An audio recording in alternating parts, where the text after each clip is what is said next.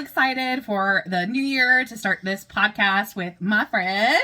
I'm Shauna. I am one of the content creators of K-pop Fan Out on YouTube. I think Laura is going to link the description to my channel in this video, so please check us out there as well.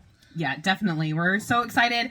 We've been talking about this for like a year, and we haven't done it, so we're actually going to do it this year. I'm determined this year to do something for 2024. So we decided to start off with an award show. Woo! Now, the reason that we decided to do this award show is because, at least for me, I don't know about you, Shauna, but I feel like there's so much unfairness in the award shows, especially everyone talks about Mama, but we all know there's they've been called out for years by idols. It just all idols are deserving of an award, right?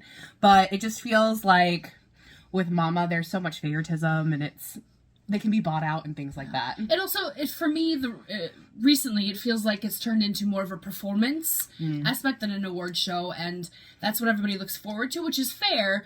But I think the awards have kind of become secondary for them as well. Yeah. So I think it's interesting to see what we think. Yeah, and this is just not Korean shows. It's also the Grammys. I feel are that too. They're a little. Nowadays I feel like they're overrated. Yeah, I agree. And they don't really listen to what it's just a popularity contest, which in one sense is okay. It's good to, focus on that, but we wanted to focus on more than just what was popular. What's popular, yeah. So definitely. We're really excited. So, and just to point this out, we kind of decided to do this particular one last minute. Yes, very last minute. So, really our tastes we're much more boy group heavy, even though we do like girl groups, so we do like female soloists. We didn't really pay attention the whole year to every single one. We're planning on this year, we're okay, now we're gonna listen to everything, and we're gonna have a little more rounded view next year. But for this year, it's gonna be less like that. So we hope you're understanding, but we also want to hear your guys' opinions about that. Maybe what should we add for different categories, or what were some of the songs maybe from female artists that we wouldn't necessarily listen to that we should. So that would be something we're really interested in hearing as well. Okay, so I'm excited. Let's get started. Let's do it. So our first category is for fun. A lot of songs came out this year of holiday songs. Yes, there were so many this year. Crazy amount. Okay, so who did you have? My favorite holiday song is "Be There For Me" by NCT 127. Ooh. It just gave me such a warm, comforting feeling, and the music video is adorable, and it just feels like a nice warm hug. So that was my favorite holiday song for 2023. Cute. And I'm for those of you guys obviously know me here. Obviously A.C.E came out with Christmas Love, and I just love that it was a different take on a holiday song. A lot of times I feel like holiday songs are just remakes of old songs. Not all the time, but this year it didn't feel like that, and so I really loved that aspect, and I just love the boys vocal, so it doesn't surprise me that that's your pick, and it probably doesn't surprise you that was my pick. So A.C.E and NCT are some of our favorite groups, so it wasn't surprising. Okay, and the next category is performance. I don't know if you have one for this category, Laura. I'm so-so on it. Okay. So for me, a performance is, what's important for me is a performance that elevates the song for me. Oh. Maybe a song that I wasn't really interested in or didn't really like it or enjoy it the first listen, but then I saw the performance and it made me go, oh, this is better than I thought it was. And for this year, that song for me was ISTJ by NCT Dream. Oh. When it first came out, it sounds so much like Pop by NSYNC from back in the day, and I couldn't get that thought out of my head. And then I watched the studio tune of their performance, and that's when the song really started growing on me. Seeing the full choreography, hearing the song without the visuals of of the music video really helped me understand the song and the performance better. So that's why they get the nod for my performance category. Oh, very nice. I actually just watched a performance yesterday that I was like, okay, maybe we can consider this in the performance category. And I chose Zero Base One at Melon Music Awards. I just loved their whole set and how they started. They started with these lights, which I thought was really interesting. So I think performance a little bit differently. Mm-hmm. And I was really intrigued about how they did that new choreography. And they performed In Bloom and Crush. And I really just loved the individual aspects that they put into it. And so... that's really interesting how we went about performance in totally different exactly. ways. Yeah, because normally I think a lot of people think about when they think about performance, they think about choreo. But since we really thought that those are two separate categories, definitely because they can be affected so differently. Yep. So yeah, I love how we done. Yeah, that's really interesting. That's always great to like collab with someone, right, and see what their differences are. Yeah. Okay, so our next category is collab. You want to go first this time? Yeah, for sure. So my best collab of this year was TXT and Anita with Back for More. And I just love this song. I just fell in love with it. I heard it and I was like, oh, this is so beautiful. I really like it. It's got sort of a Spanish feel to it, which was popular a couple years ago. But still, even with that, I just felt it's so catchy and so interesting. And I just love how more and more artists are collabing with Western artists and going together, and so I really love that song. Yep. So for me, I have two. I have like a personal favorite. You'll see his name mentioned in this video or hear it from me many times. My alt of alts, my favorite K-pop human being ever. Gyuk from ONE released 2 solo albums this year, and on his second album, he did a collab with Mimyul of Mamamoo on the song Block 123. And it's just a really cute song about, like, being in love, having a crush on someone, and kind of the lengths you'll go to see that person or hear from that person. And they sound really good together. They're company mates at RBW, so they were able to collaborate together really well on the song, so it doesn't feel like it's just someone being added into the song. Mm-hmm. It definitely feels like a collaborative effort. And then my top collab was the same as Laura's. And what's really interesting is that this song flew totally under my radar all of last year. I did not hear this song until like December maybe 29th or 30th after you had mentioned it. Oh yeah. And then I think I went home that day and I listened to it and I messaged Laura. I'm like, why didn't I hear this song before now? Right? It is really, really good and catchy. And as you mentioned, like the Western feature on it from a Western artist was really good. I feel like sometimes when you bring in a Western artist, it makes the song very kind of cheesy. But I didn't feel that with this song at all. It's very catchy, very upbeat. I get stuck in my head all the time. So yeah, I agree with Laura on this one for sure. Definitely. Okay, and this is one of my favorite categories is best choreography. Because I feel like with choreo, you can take it in a lot of different ways. And so for me, I chose 3 different artists, and I chose 2 soloists and a group. I know. So surprising, right? Because I tried really hard at least for myself to try to stick to 1 per group, per category. Yeah, I couldn't do that. Or maybe 2 tops, but for a couple of the categories, it's a little bit bigger. But so I love choreo as like a musician, like someone who grew up with that. And I did take dance. I'm not a good dancer, but I do know a little. I do know a little bit about dance, right? So I really like seeing the choreographic experience. So my first one is a female soloist, Kim Sejong.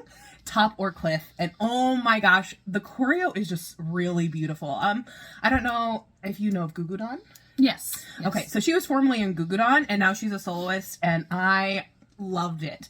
It was just, it went along with the song perfectly, and she really utilized her dancers, but she was definitely the main center, so I loved that. And then for male soloists, I had Dino with Wait, and I just love that he was able to show who he is outside of 17. He always captivates me in 17. He's my performance bias in 17.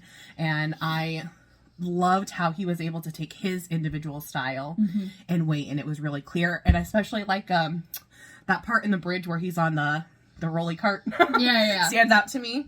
And then last I have Super by 17 for a group. And I just loved the anthem aspect of the group. And I love how they actually used 200 dancers, not just AI. A lot of people are like, oh, they just use AI. But yeah, I love that aspect. I will say, I was not a huge fan of the song, but the video itself really felt like a performance video. When I was watching it, that's one of the things I actually disliked about it, is that it didn't feel like a regular MV. It felt very much more like a performance MV, so I definitely see where you're coming from with that. Yeah, and that's another thing. We have very different tastes, and I love that because we always see different things in different aspects, and that makes us very happy. Yep, definitely. Anything else you want to say for choreography? No, I'm good. All right. Like Laura, I also have 3 for choreography. I had a really hard time choosing just 1 or 2. My first one is also a female soloist, but it's a different one. Ooh. My choreography goes to A.C.E with Knock. I had the pleasure of seeing her in concert at the RBW family concert with Laura. And living in Korea this year, you could not hear the song. It was everywhere. It was everywhere. But I had not seen the MV and I had not seen any performances. And so when we went to the concert and I saw her perform the song live, it was really captivating. And I think part of that is her stage presence. Agreed. But the choreography seemed to match both her style and the style of the song really seamlessly. It felt like a very natural fit. It's just one of those things that just kind of seems so effortless. And that's why it's made my list. And the next one is Bite Me by Enhypen. I know there were some issues with the female dancers that some fans had. Didn't bother me at all. I thought the choreography was beautiful. It fit the song so well, and it was sexy and sensual without being too over the top, and again fit the song, fit the concept really well. So I think that was one of my top moments of choreography this year. And my third one was Get a Guitar by Rise. You saw the challenges all over the place this year, and I was really awestruck by their dancing ability, but also their ability to execute this choreography. There's some really intricate moves and some moves that are reminiscent of playing a guitar without literally feeling like they're strumming an air guitar. So again, it's one of those that I just think the choreography fit the group and fit the song perfectly, and it all kind of melded together to become something that you can't imagine one without the other. So for me, those are my three choreography moments of the year. And I feel like, just to add on that, the challenges, especially for Get a Guitar and for Knock, were so fun. Yeah. Everyone doing the challenges. Yeah. And I really love, just one that popped up was when 17 did Get a Guitar, and then Rise did, what was it? I don't remember. Oh, I'm forgetting. But it was so fun. It was so cute, how they went in front of their rooms and did it. So that just made me think of that. Yep. So next we have Best Concept. And for this, we're talking overall, at least for me, I'm talking overall concept. I really went with an MV concept. And just what was going for there. So my best concept of 2023 was VIX's Amnesia. And VIX's are, in my opinion, kings of concepts. And they, what they did with this is they focused on having an amnesia. And when they were talking about in the lyrics, it referenced a lot of their old music videos and things like that. And in the video, you could definitely see that references to some of their top hits, and almost they had this idea of their past selves, and the members worked really closely, especially Hyuk, with that. And so it was really amazing to see just that concept come to life, and I loved seeing it on stage. I had the lucky chance of going to see them in concert recently, and so it even brought another element from just the music video. So I was really happy with that. So only one for me. Okay, I have two. I'm sorry. I tried to do just one. I couldn't. There's just too many good things happening in K-pop this year. I understand. So my first one is again in Hypen with Bite Me.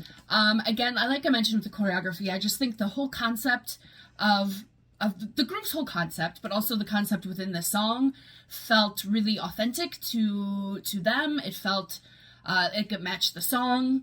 And I separated this one a little bit from the MV because we do have an MV category coming up. So I took concept slightly differently.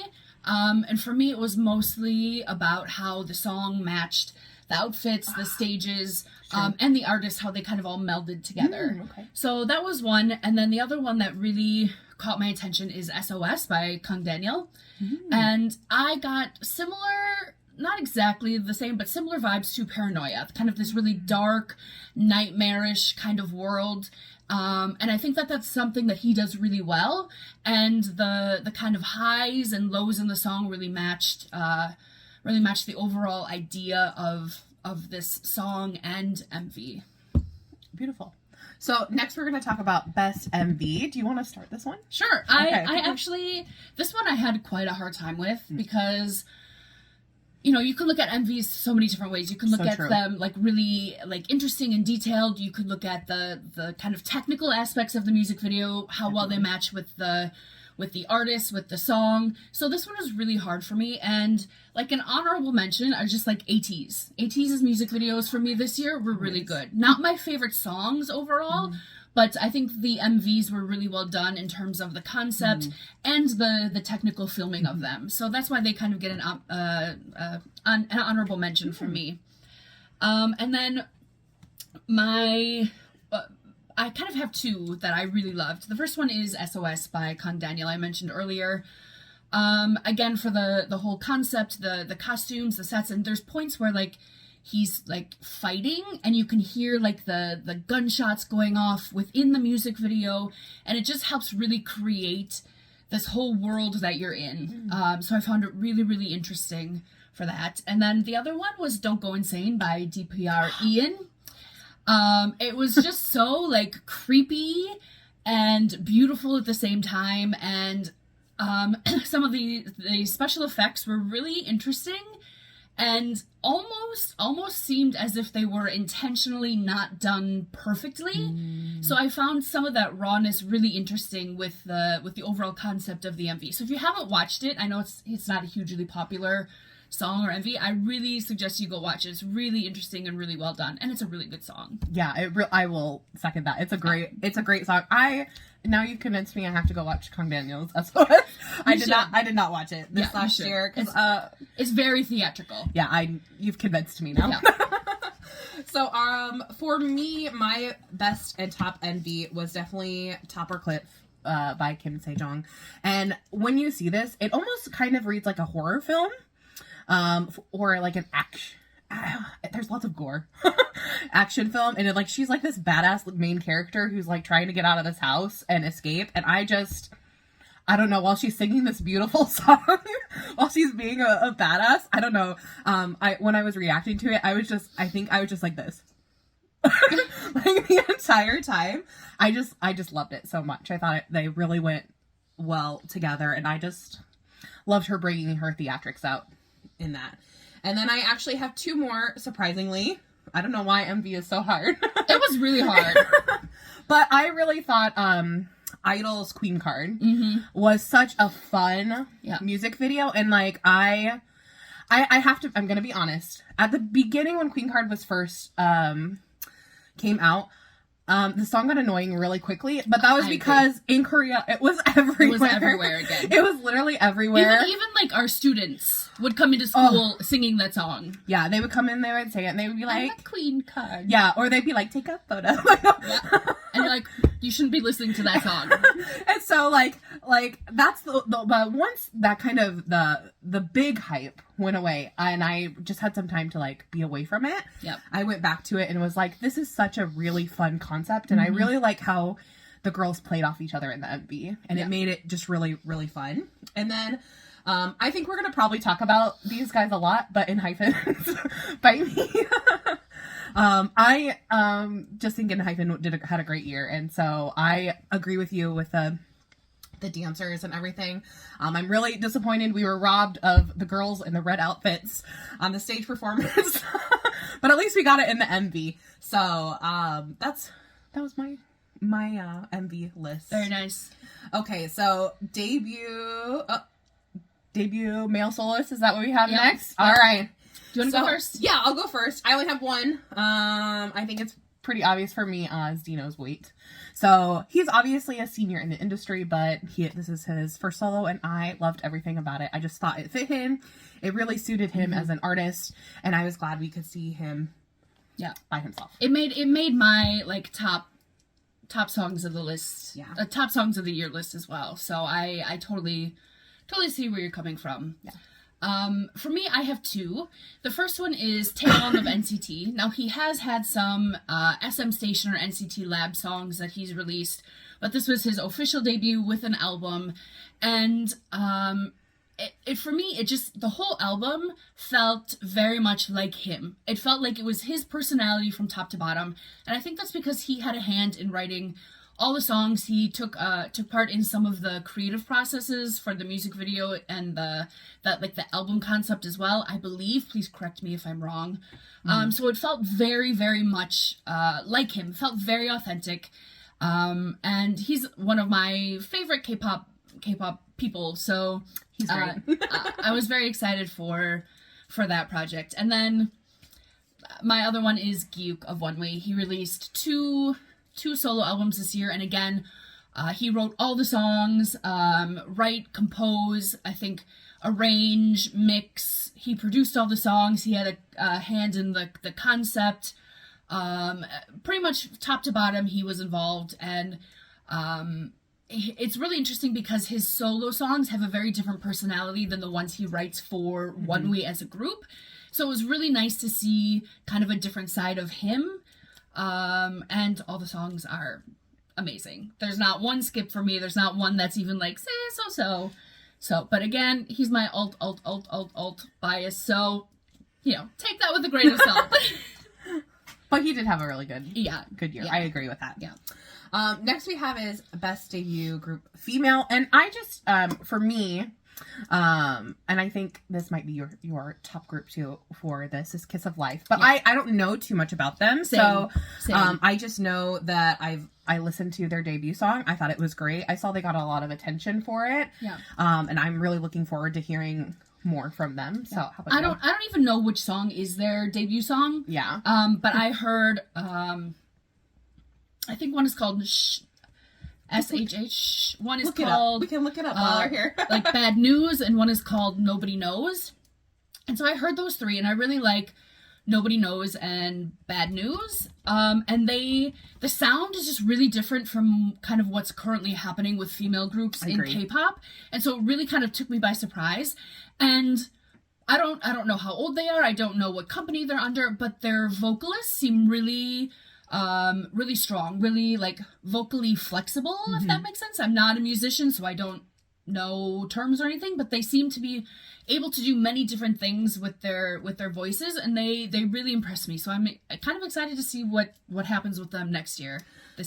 Yeah, so it looks like their debut was Shh. Okay. So, but like Shauna said, I haven't heard anything about them, but I really enjoyed their vocalists, and they got a lot of attention, which, I'm assuming they're from a smaller company, because, I should look that up too. But I thought that they were really interesting. So, of course, if we have debut female, we gotta have debut male. Yep. So, for me, my debut male group was Rise. Just in general, like... I don't know. I knew that they were going to happen, right? I knew they were coming, but at the same time, it kind of like they popped out of nowhere and they just went full blast. And I love them. I need to know their names. I only know two of them because they used to be former NCT. Yeah. But I keep mentioning this. I actually just listened to their comeback, and I was like, who are all these vocalists? Like, please tell me. I need to know. I need to sit down and watch, some facts about them. But I just fell in love with Get a Guitar and their personality. And it was so, Shauna mentioned this with choreography. Their choreo was so cool. Yeah. I just loved how, again, they did the guitar, but at the same time, it wasn't a guitar. Yeah. And you could see the reference to it, but it wasn't literally doing it. Yeah, and it was just really fresh for me. Yeah. I have 2 debut male groups, both from SM. One is NCT Dojejang. They came back. They came out with Perfume and the album that went along with it, and I just think that the whole album was a masterpiece. And the three members together, Doyoung, Jaehyun, and Jungwoo, was kind of unexpected. But once they came together, it all made sense. It made perfect sense, and they complement each other well, and the song Perfume was outstanding. It was in the top 10 of my songs from 2023. So they had a really strong debut for me. And then my other one is Rise. For some of the same reasons that Laura mentioned, but also because there were 2 members coming from NCT, I didn't quite know what to expect. And I was a little bit bummed that they took those 2 members, Shotaro and Sungchan, out of NCT, because as an N citizen, I love them. Agreed. And kept waiting for them to be put into an NCT unit. It never happened. So I was very nervous about what Rise's debut was going to be like, and I was blown away. They just had such a great year, song after song. They showed that they can sing, that they can dance. Their performances are really good. So I just think that they really kind of took 2023 by storm, and I'm very excited to see kind of what happens from here. Yes. Okay, so next we have, I think this is going to be one of our favorites to talk about. Probably. If you haven't realized, we're big rock girlies. So Just a little. Just a little bit. That's actually how we met. So at a 1-week concert. Yep. And so we're going to talk about our favorite albums. Do you want to do this one first? Sure. So our favorite band album, honorable mention for me goes to Gravity by ONEWE. Same here. ONEWE had kind of an interesting year because for the entire year, 2 of their members, their lead singer and their guitarist, were enlisted in the military, but they still managed to put out so much material, including a couple albums, and one of them was Gravity. Now, this whole album was an English album. 1 new song called Gravity, and then they had English versions of some of their previous songs. So of course I love the original songs in their original Korean much more than I do the English versions. But the fact that they put together this special album for their international fans, because they've hinted that they're going to be going on a world tour in 2024. So let's hope that happens. The fact that they did that really shows their thoughtfulness, and the song Gravity itself is a banger. So yeah, it really is. So that's kind of my honorable mention. And then, I mean, the next one is just go do it. Okay, so I mean, obviously it's the Rose Duel. Yeah. I mean, obviously, the Rose had a banging year. Every single thing that they came out with was a bop. Yep. I mean, we went to their concert last January, and wow, and then they just kept going and going and going. And I don't know about you, but it's hard because they came from they came from a K-pop company originally, but I almost don't consider them K-pop anymore. I almost consider them, they're Korean, but they're a Korean Western artist now. Yeah. So I debated about whether to put them here. But since they have those roots, that's why I kept them here. But Duel is obviously it's in English. Yeah. They're really catering towards their Western fans nowadays. Even though they are coming back to Korea, we're so excited. Woo-hoo! We're going. We have tickets already. But everything about this album, every single song, is amazing. It's, I mean, come on, Alive, Back to Me, like every single song, and even the concept of the album. Yes, they have like a dusk side and a dawn side, so kind of like beautiful, like filtering the songs through kind of which mood suits the song best. Like the whole concept, everything was perfect. This album was perfect. Exactly. So I definitely agree with everything, and I also agreed with you on Gravity as well. So those were my 2. Yeah, but amazing. Guys, if you don't know who the Rose or ONEWE are, you have go check them out. Please go check them out. Like, They and both are amazing. Both of them write and produce their own Yes. music, which is really, really impressive and something that I think elevates their music because you can tell it's genuinely them, it's authentic to them, and that translates. Yeah, for sure. And that's something that's, I think, really attracted us to them as well. Yeah. Okay, so next we have album Male Soloist. And for me, I went a different way than you, I think. Oh, okay. So for me, my album for Male Soloist was Moon Jungup's Sum. And for those of you who don't know who he is formal, BAP is still a thing. Yeah. They're gonna come back. They keep saying I'm gonna keep believing them. But Jungkook had a really great year. He was on the TV show. What was it called? I forget. One with the teams, the number teams. What was it? He was Peak Time. Yeah, Peak Time. Which he was on the 24 team, and I still don't think they ever came out with a name. But they're still doing stuff together. Yeah. So I was really proud of him and really impressed with how they went about with that. And then the fact that he just keeps increasing and improving.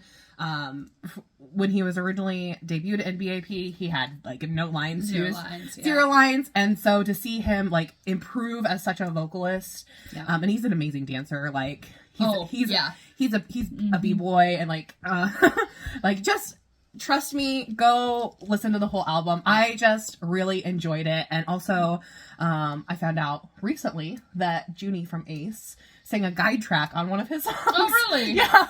That's very interesting. Yeah. Fun little connection. Yeah, between some of your favorites. Between some of my favorites. Nice. So, yeah, just for me, the whole album, I listen to it like all the time from start to finish, and I always love it. Yeah.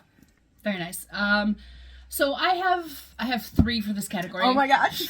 For me, Male Soloist really had a really good year. There were a lot of really excellent songs, and one of my top male soloists ever is Woods. And he came out with an album, I don't know how to say it, 00 Ni? It's a Korean character, but it's the one that looks like an L, so I'm not sure how you pronounce it. I'm gonna look it up. The song that Drowning and Journey and Abyss, the album that those songs were on. The title tracks I really enjoyed, not my favorite Woods title tracks, but all the B-sides on that album are incredible. And again, he's someone who has a really heavy hand in writing, producing his songs. And again, I think that shows through in the album. And this was his first release with a brand new company. He's at the same company as IU. They're the only 2 K-pop artists in that company. So I think it was a really strong start to his kind of new chapter. And unfortunately, he's enlisting in just a couple weeks, so this might be the last we see or hear of him for a while. And it was a good way to kind of go into his enlistment. And then, of course, my favorite, Gyuk from ONE released 2 solo albums again. The second album, called Rise Waves in English, gets my kind of honorable mention. And then his solo debut, Psycho Cybernetics Turnover, gets my top nod.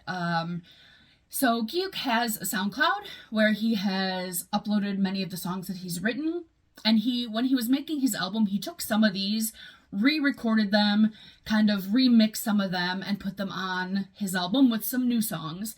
And again, it just sounds very authentically him, but yet very different from the songs he writes for ONE. And to this day, I listen to these 2 albums over and over and over again. And if you ask me to choose a favorite song, it will change every single time you ask me, because they're all so darn good. Truth. I've done that before. It does change every time. Yep. Okay, so we're moving on to album Male Group. For me, I could have chose a lot of different ones, but I decided to go with someone that I had been anticipating, which is VIX's Continuum. And I just love the entire album. Like, obviously, Amnesia's on it, and I really enjoyed that, but there's beautiful ballads, and it's just something that it's amazing because with only 3 of the members currently participating, it is VIX. Like, I like, these are such qualities, and since they're so involved in their concepts and their MVs, and their music as well. I just love, especially Hyuk is doing a lot more songwriting and things like that these days. It's just been something that I was really looking forward to. And so for me personally, just as a K-pop fan who's loved VIX for a really long time, like that and you guys know, for your favorites, they hold a special place in your heart. And so for me, their album, like nothing could replace it for me. Yeah. For me, my album for a male group was Pygmalion by ONEUS. It's so good. And leading off the album is intro Lethe. And if you've never listened to ONEUS, then you will probably never know that they have intros for almost all their albums. Mm-hmm. And their intros are spectacular. Like, we beg them to turn them into, like, full-length songs because they're so good. Agreed. And this one really, I think, flowed into the title track, Erase Me, really, really well. The connection was really strong. Even though Erase Me was probably my least favorite, like, title track that they released this year, it was still really interesting, really good. And then the B-sides, Unforgettable, it just an incredible song. So I think the combination of all of that is why I chose this as my male album of the year. I feel that. Yeah. It's hardcore. Okay, so our next anticipation is our B-side for a band. Of course, we're excited for this one. Do you want to start us off? Sure. As we said, we both love bands a lot, and we listen to a lot of band music. This one was really, really hard for me, because they were all so good, but there was one that really, really, like, stuck with me the most, and it's Omnipresent by ONEWE, off their XOXO album. And this song is really interesting because, as I mentioned, they're a 5-member group. 2 of the members were enlisted in the military this last year, so that left 3 members, and they did put out this XOXO album under the name ONEWE. But this particular song has 2 members. One of the members on drums, and then Giuk, who is the bassist and rapper, on vocals. So it's not the entire group, but this song was, again, one that was on Giuk's SoundCloud that they kind of reconfigured to release as part of this album. And it's so good. It has a really different sound. Like, he does some really interesting things with his vocals on it. And then you have Harin, the drummer, on it as well. So it's definitely my favorite band B-side from this year. Definitely. Okay. Shauna's not going to be surprised by this at all. It's Alive by the Rose. And see, I get that it's technically a B-side, but for me, it feels so much like a title track that I didn't consider it for mine. Which I totally get, I totally understand.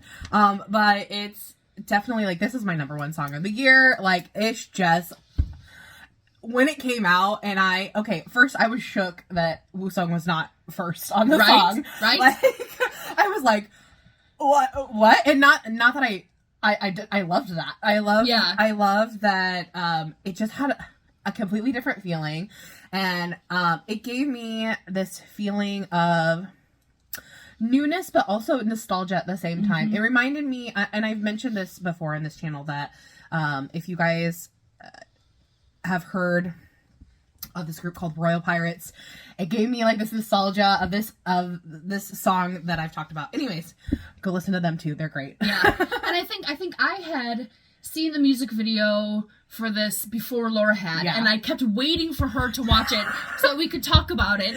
And like I just, Laura, you need to watch it. What are you waiting for? Yeah. She wanted to react to it on the channel, so it took her some time to get to it, but I'm like, come on! And so I finally did, and I was just like, oh my god, I think I texted you right after I was done. I was like, oh my god! In all caps. This is the best thing I've ever listened to. So definitely, I love everything about it. So, yeah, without a doubt. That's my favorite. That's my definitely. Favorite. Okay, and then we have Best B-Side Solo, and I feel like, for me, I really love B.I.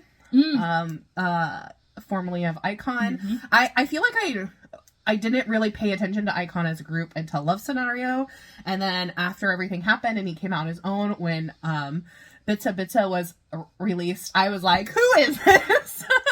And I mean, I knew it was Hanbin and beat, you know, for that, but I had never really listened to him or really paid attention. So for me this year, it's B.I.'s All Shook Up featuring Agnes Mo. I hope I'm saying that correctly, but I love this song so much. And it's one song that I haven't heard. So yeah, so it's on his the recent album. I think it's Love or Be Love Part 2.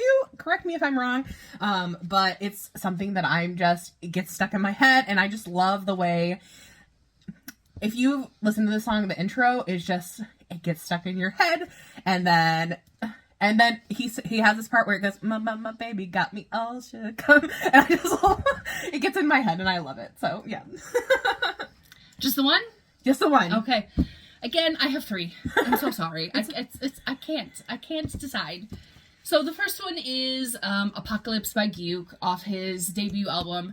This is a song that, so when we did a band survival show, and one of the missions was they had to create a new song for a certain mission, and going into it, they created 3 new songs and showed them to their mentors, and the mentors kind of helped them decide which one to go with. And Apocalypse was one that was pitched, but they ultimately went with a different song. And so this song ended up as a solo song for Gyuk on his debut album. And as soon as I heard it, even on the survival show, I knew that it was going to be my song. It is amazing. I think it was probably my most listened to song on Spotify of 2023. Next is My Blue, again from Gyuk. It was another SoundCloud song that he reworked and put on his second solo album. And it's this beautifully, haunting personal story for him, with a really interesting bass solo in the song. So again, it has a very different vibe than Apocalypse, but for me, those 2 are the highlights of the albums. But again, you could ask me in 10 minutes and I'll say a different song. And then probably my B-side of the year goes to Drowning from Woods. Like I said before, I really enjoyed his title track Journey and the kind of pre-release Abyss. However, Drowning is so powerful and emotional, and he sounds incredible. It should have been the title track. I'm sorry. It should have been the title track. It should have been. And I think he's even mentioned that he had thoughts about making it the title track as well, but with going to a new company, he wanted to tell a personal story, and so Journey and Abyss kind of fit that narrative a little bit better for what he was looking for. But Drowning is spectacular. There's a live clip, music video, so if you haven't listened to it, go do it now. It's incredible. And every time he performs, he has his own live band, so his music really suits that style too. So it's incredible. It's a very, very good song. Okay, so next we have Best B-Side Male Group, and I feel like this is a category we could also talk about for a million hours. Yeah. But for me, number 1 has to go to the song, speaking of should have been title tracks, Unforgettable by 1S. Not that I don't love Erase Me, because I do. It grew on me, right? Yeah, same. It really grew on me, and I really like it, and I understand why they picked that as a title track, but when Unforgettable came out, I was just in awe. And as we keep mentioning, we're rock girlies, and I love that style. It really suits Wonus's voices really well. And that high note that Soho gives. Yeah. It just takes my breath away every single time. So I definitely had that. I have one more, but if you want to talk about Unforgettable, you can. Sure. Because Unforgettable is on my list too. It's I was assuming. my top B-side from a male group of the year. And this was their first release coming off of losing a member, and the song is it's a very emotional song, even though it has some rock influences and is fairly upbeat. It's very emotional, and it was a really good way to kind of introduce the next phase of the group's music after losing a member. And I think that really kind of led into the rest of what they did this year.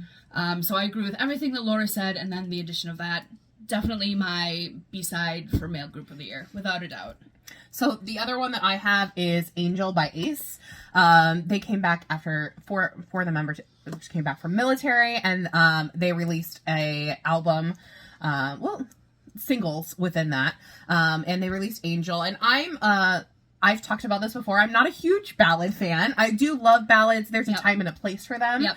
But this particular song meant a lot to Choice, which is their fandom name, and I love hearing the members' voices. For me, A.C.E are some of the best singers out there that really don't get enough appreciation. I feel that way about a lot of groups. We'll talk about that sometime. All the underrated singers. But for me, I really loved the harmonies of this song, and it's a ballad that I enjoy listening to often. And then on top of that, they played around with it. For those of you who don't know, we call Wow King Wow, and he was the angel always, and they did a lot of fun little TikToks about it, and it just made it like lighthearted and brought a lot of fun to it for them being back. So I really enjoyed that. So I have two others that are kind of like honorable mentions. As I said, Unforgettable is my top one. The other one is another one, a song off their other album, La Dolce Vita, which the title track was Baila Conmigo. The B-side is Simulation. It's very like heavy and sexy, but not in a really like forceful manner. It's also, I think, quite sad. And it just, it's like, it haunts me when I hear it. When I listen, the first time I listened to it, like, I just got chills all over. Like, the instrumentals, the vocals, everything was so interesting. And then there's a part where Lito, if you don't know who Lito is, he has a really, really deep voice. And when he came in with that voice of his, like, it shocked me. Even though, like, I knew it was going to come at some point, like, when it did and how it did really shocked me and surprised me. And then my other one is Angel Eyes by NCT 127. They released, like, a track video for this song, and it felt like they were speaking to a friend of theirs. Just like thanking them for kind of sticking with them, for being with them. I don't know if the song was written as kind of a fan song, but that's kind of the image I got. But it's not like a sappy, like, love song. It's quite, I would say it's probably mid-tempo, but it has, again, some rock elements. And it's just a really fun song that got stuck in my head and never left. I love that. Okay, now we're getting into the top of the top, right? Yep. So, best song by a female soloist. I'll go ahead and start off this category by saying, I said her name so many times, but Kim Top or Cliff, it has to be my favorite song from a female artist of this entire year. And actually, the more that I listen to it, the higher it goes on my list of just... I just love the beauty of it. Yeah. And then also, I feel like they're on almost different categories, but Itaeon of Knock was also, I feel like they're on the same level, but just for different reasons. Yeah. Right? Yeah. Where, like, Kim Sejong has, like, this hauntingly beautiful voice. She has this, like, badass kind of girl crush, which I really just love for her, and I hope that she releases more music like Knock, because I feel like it suits her so well. Yeah, and I agree that the release after Knock that she had, I don't even remember the name, left me disappointed after Knock. I think it would have been an okay song if it had come before, but because Knock is so good and because it blew up, it was left a little to be wanting a little bit. Yeah, just a little bit. So I agree. I hope she comes back with more music like Knock. For sure. And like Laura, Knock was one of mine. Female solo songs of the year. So for the same reasons, like we mentioned before, everything about it just suited her so well. It really did. And even though it was really popular and everywhere, it was also a song that I never got tired of hearing. Agreed. Unlike Queen Card, when it first came out, just got really annoying because it was everywhere. I didn't feel that way with Knock. I agree. And then my other one, this one's kind of my honorable mention, is Fast Forward by Somi. Oh. This is one that kind of, like, crept up on me, like, at the very end of the year. So as I was making my video for my songs of the year, I was watching some other people's just to see if there were songs I had missed. You know, you can't watch everything. No, you can't. And I noticed that this song was on a couple lists that I watched, and I was intrigued by it. I don't know much about her. I don't know much about her previous music, but I liked what I had heard from the 10-second clips on other people's videos. So I went and I watched the music video, and I thought it was really, really interesting and really well done. It's a very like club dance track, done really well. So she gets my honorable mention for this. The choreo was so fun too. I really liked that too. Okay, male soloist. You want to start us off? Sure. Okay. These I have two. There'll probably be no surprise. My first one is Shalala by Taeyong. Again, it's not my favorite song of the year, but it just has so much personality. And if you know Taeyong, it feels very much like him. It does. And again, he had such a heavy hand in everything. It gets stuck in your head. The music video is insane. Like it's crazy, it is. but in like the best possible way. And as someone who's liked NCT for a very long time, I was very happy to finally see him get an official album, an official music video, and I'm very, very happy for him. And then, of course, my top one is Time Machine by Giyuk. It was his first title track released off his first album, and nobody really knew kind of going into his album what his sound was going to be like. And he had a concert a couple days before he released his album, and so he played this song in advance to the crowd, and everybody went crazy. Like, it was so good. It was so much fun. And it fit the overall concept of his album, and he's just the sweetest, most gentle, caring human being ever. So those are my top ones. And when we say like solo song, we mean like title track or single. Yeah. Because there also be a B-side track. For sure. And then for me, my best male soloist song of the year is A.C.E.'s Killer. I've been obsessed with this song all year. I'm pretty sure I messaged you when I heard it, and I was like, have you heard A.C.E.'s Killer yet? I'm like, this is a 80s bop. He does the retro concept so well. Yeah. Like, it suits him so much. I was not a huge fan of Good and Great, but all of his like retro inspired things are, pardon the pun, killer. Yeah. And it probably would have been third on my list. Yeah, so it's definitely one of my favorite songs. I just listen to it all the time. And there's this part right before the bridge, and you guys will know. Just go listen to it. The part for the bridge, listen into the bridge, and you're just gonna love it.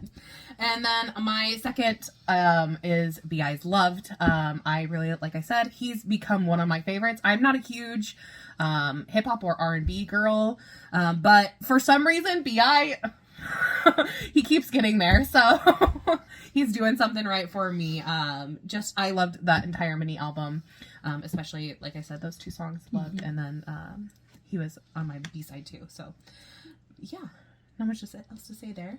And then now, okay, band. Yep. This is, I feel like it's no surprise. For me, best songs from a band, for me, was, One Week's Gravity. Me too. And not difficult. And then for all the other reasons we've said, I feel like I don't need to like keep saying anything about it. I just they're the best, you know. And then obviously The Rose, Back to Me. Yeah.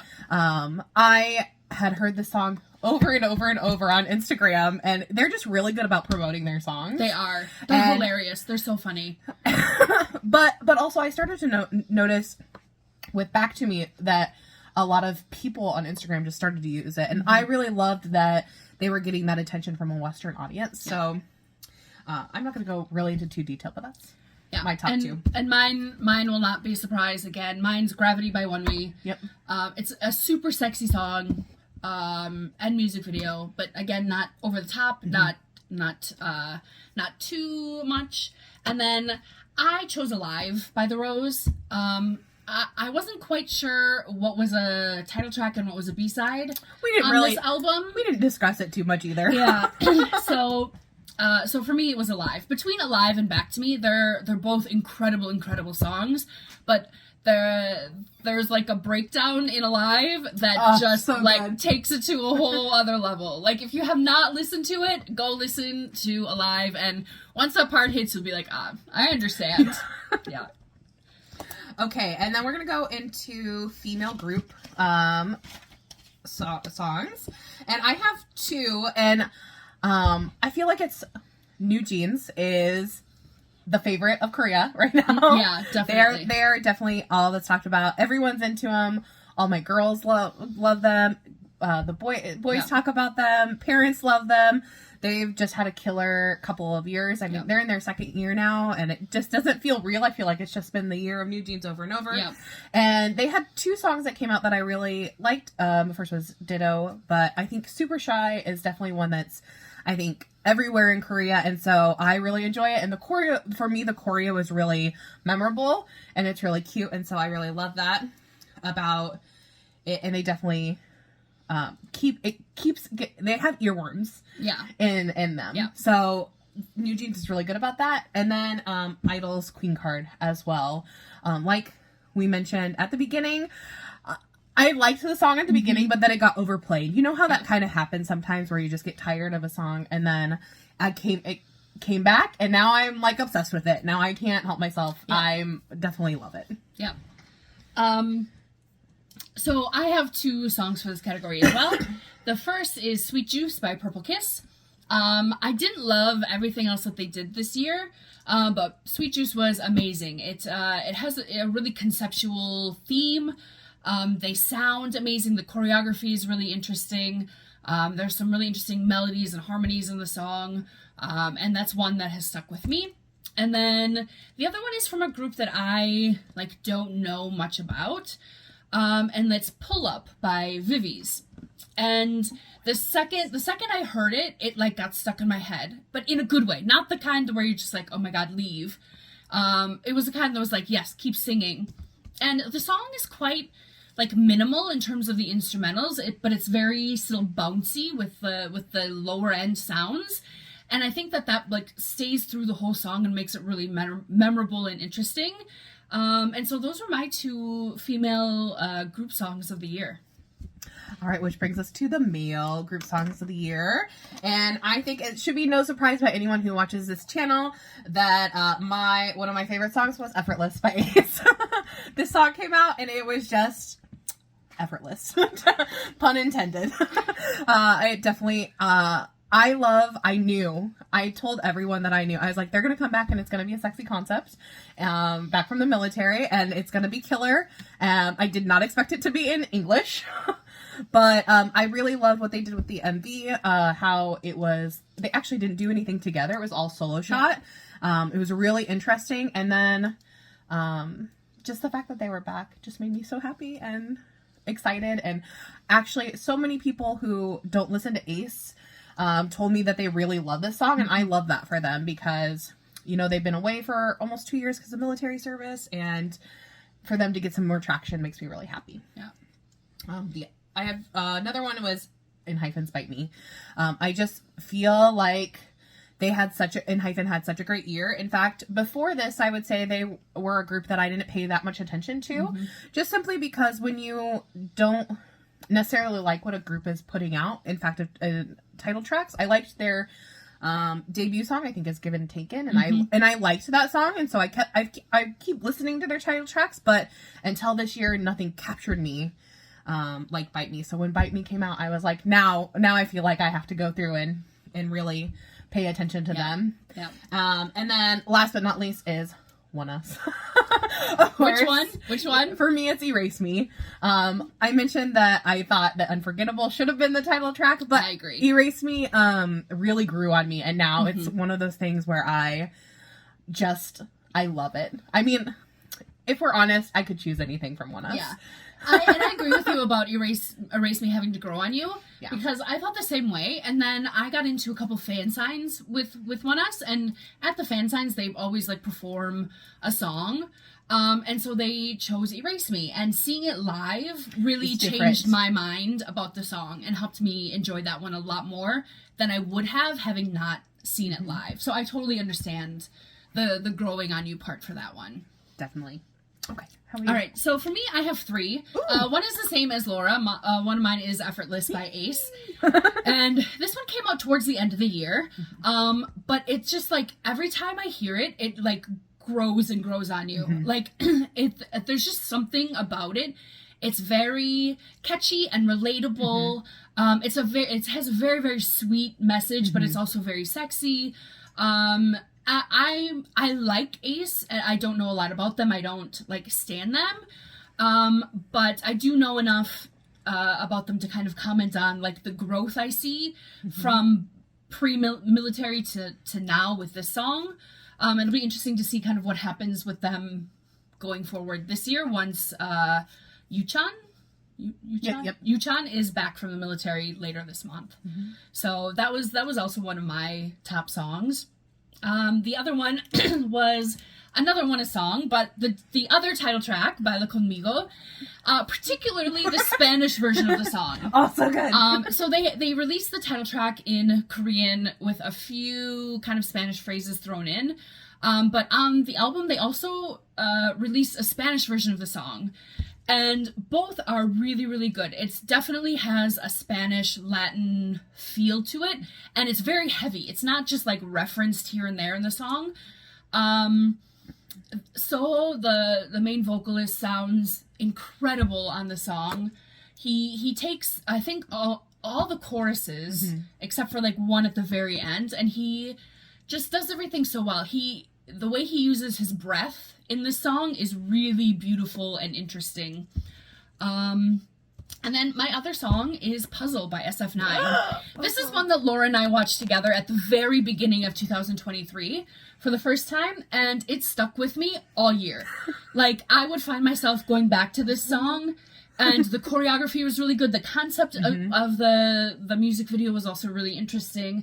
And again, SF9 is a group that I really like, but I don't stan. I don't know all their music. But this, for me, is probably one of their top title tracks. But again, I don't know them. I don't know all of their previous title tracks. But of the ones I've heard, this one's definitely my favorite. Yes. It was so good. I love it. Okay, so next we're on to just who is your top female soloist of the year? You want to start? Sure. I have, again, an honorable mention is Somi. Again, I don't know much about her, but this song, Fast Forward, really kind of took me by surprise and put her on my radar as someone to look forward to in the future. So that was interesting for me. Icheon. I agree. She was everywhere. And seeing her live, totally different than just seeing her in the music video. She was incredible. I would completely agree with that. She was also mine. Yeah. So I'm same reasons. I agree completely. Okay, for male soloist for me, it's Key. I mean, I just thought he had a fantastic year. Again, I didn't like Good or Great as much as I liked Killer, but Killer just stuck with me throughout the whole year. And then I think he did a lot with Shiny this year, and I always enjoy seeing him and his personality and everything. And so I feel like as a soloist, I wish he would get a little more love. Yeah, I agree with that one. I have 2. Honorable mention is Woods. Again, if Drowning had been the title track,